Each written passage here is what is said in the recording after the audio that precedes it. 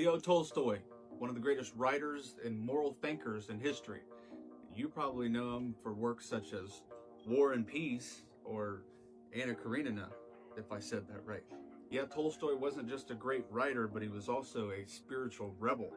Nobody loves a good rebel and outlaw quite like me.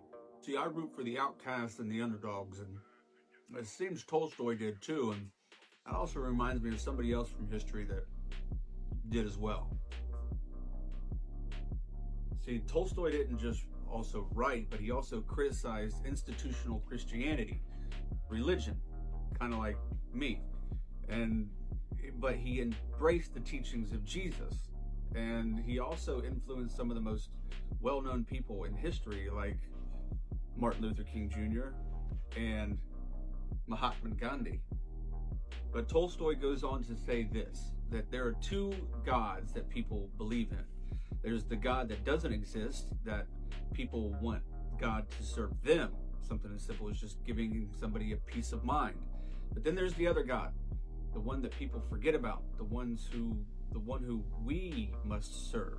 Yes, he says that it's the one that exists and is the prime cause of our existence and of all that we perceive. Now that we're speaking of Christ, in the beginning of this Tolstoy book, Tolstoy included this image, the scourging of Jesus.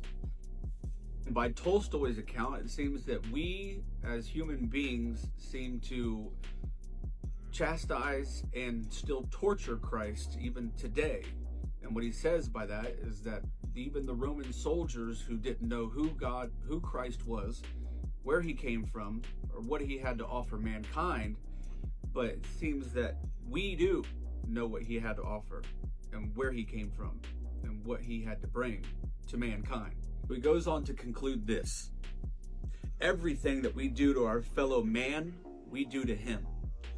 When we repulse a hungry beggar or take advantage of a man's need, when we are haughty or lord it over a fellow creature, keeping him at a distance and despising him, we torture more than the Roman soldiers themselves, Christ. Then he ends by saying this, that Christ's suffering that we do to him will not cease until we to fulfill this one commandment, and that is that we love one another as Christ loved us.